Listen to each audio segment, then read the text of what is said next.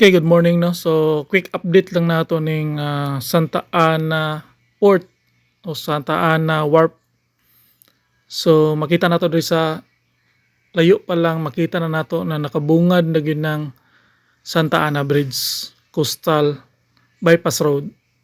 So mo na ni abot ang panahon pasang ninduta gining Santa Ana Wharf, no. Na ni mga plano na ni.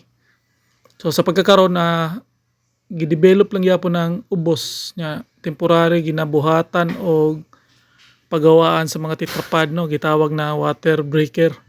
So kasamtangan nata karon diri sa ilalom unya pastang preskuha sa hangin diri. Ato lang ning tuyukan kadyot, quick update lang nato para makita po nato ang unsa nay development diri. So gitemporary po ni diri na parking area sa mga makailan hopping kay naman dia sa unahan ng mga terminal anang mga boat, no, kanang pang lansa. So sa pagkakaroon taas na kay nila, makita nato taas na kay nilang piling, no, sa mga titrapad. So taas kay ning bridge sa nindot kay ni. Unya tuyukan lang gyud nato, no. Sayo pa man sa buntag, tuyok lang ta, quick update ra ni. So sa pagkakaroon mo na ni ang pinaka latest update, no. Oh.